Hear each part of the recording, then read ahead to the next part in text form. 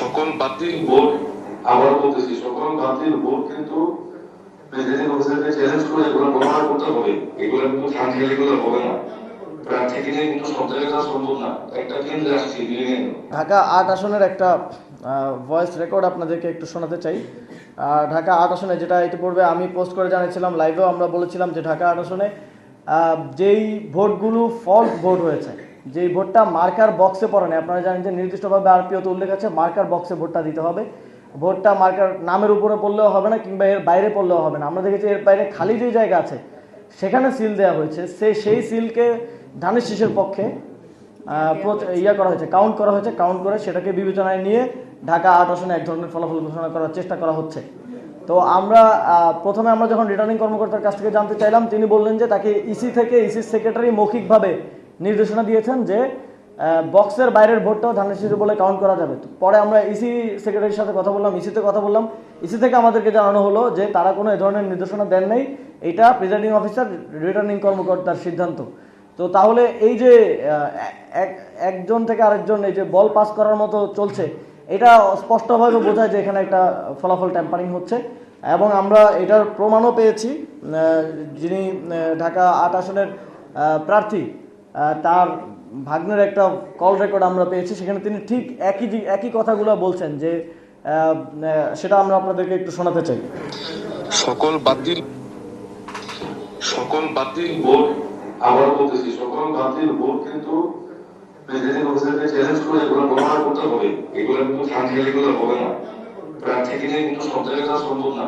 একটা কেন্দ্রে আসছি দিল্লি, সব জায়গায় যাওয়া সম্ভব না। হয়তো আরো ২-১টা জায়গায় যেতে পারবে, কিন্তু আপনারা কি দেখতে বলে এজেন্টদের সাথে কথা বলে প্রেসিডেন্ট অফিসার যে বলেন, চ্যালেঞ্জ করেন যে রিটার্নিং কর্মকর্তার সাথে কথা হয়েছে, সে বলছে এই ভোটগুলো কাউন্ট হবে, সাদা জায়গায় যে ভোটগুলো পড়ছে এগুলো ধানের শীষের পক্ষে কাউন্ট হবে। এগুলো জোর দিয়ে বলা লাগবে।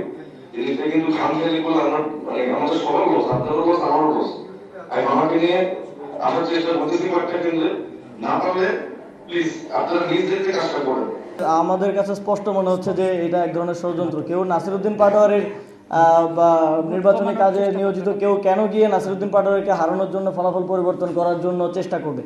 আমরা মনে করি যে এটা এক ধরনের নাটক মঞ্চায়ন করে এক ধরনের ষড়যন্ত্রের মধ্য দিয়ে এটা করা হয়েছে। এবং সেখানে আমাদেরকেও খুব স্পষ্ট উত্তর দেওয়া হয়নি। যখন আমরা রিটার্নিং কর্মকর্তাদের সাথে কথা বলেছি, তারা আমাদেরকে বললো যে ইসি সেক্রেটারি তাদেরকে মৌখিক নির্দেশনা দিয়েছে। তখন আমরা ইসি সেক্রেটারির সাথে কথা বললাম, সেখানে আমাদেরকে বলা হলো এই ধরনের কোনো মৌখিক নির্দেশনা দেওয়া হয়নি।